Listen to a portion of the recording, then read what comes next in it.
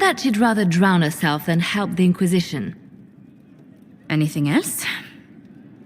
She said she'd have us flogged alive if we allied with her brother. That does sound like her. Cheer up, Josie. We at least have her attention. You always do find the brighter side of things. We are in the midst of cementing an alliance with Lady Forsythia of Navarra, your worship. It's become a somewhat delicate task. She'll have us flogged alive. I believe she meant flayed alive. Her ladyship tends to confuse metaphors when she's excitable. I dissuaded her from sending soldiers when she learned we'd struck an accord with a brother she's feuding with. Lady Forsythia simply employs a colorful manner of speech.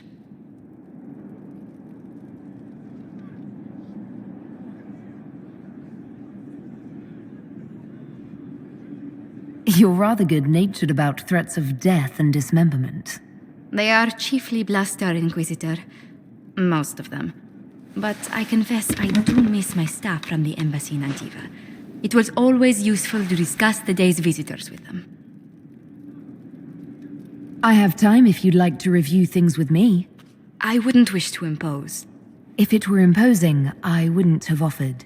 Well, I admit there are a few potential alliances it would be good to discuss. Right on the parlor floor, in front of everyone at the soiree. Who does such a thing in front of their guests? The Duke of Kellington, apparently. And then there's Cole's lurking. It frightens our guests half to death. Lord Gennard still won't respond to our letters. And Sarah, can she not find a single overshirt with that mustard taint on it? Then there's Dorian.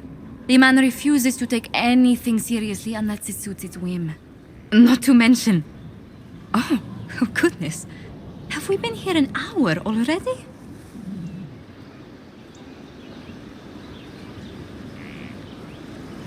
It went by so quickly, I didn't even notice.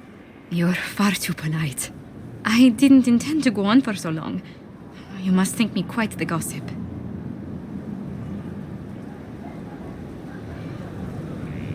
No one else here has your experience, Josephine. Or your stories. I'll try to curtail their length next time. But I leave feeling less troubled than I have in weeks.